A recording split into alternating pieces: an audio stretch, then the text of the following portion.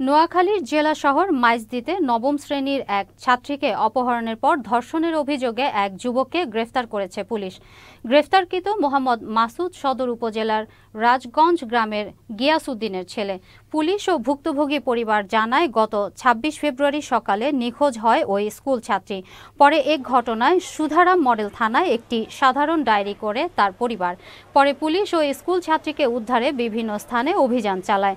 এক পর্যায়ে শনিবার ভোরের দিকে শহরের হাউজিং এলাকায় স্কুল ছাত্রীর বোনের বাসার কাছাকাছি ওই স্কুল ছাত্রীকে অচেতন অবস্থায় ফেলে যায়। খবর পেয়ে পুলিশ, স্থানীয় লোকজন ও স্কুল ছাত্রীর পরিবার তাকে উদ্ধার করে নোয়াখালী জেনারেল হাসপাতালে ভর্তি করে।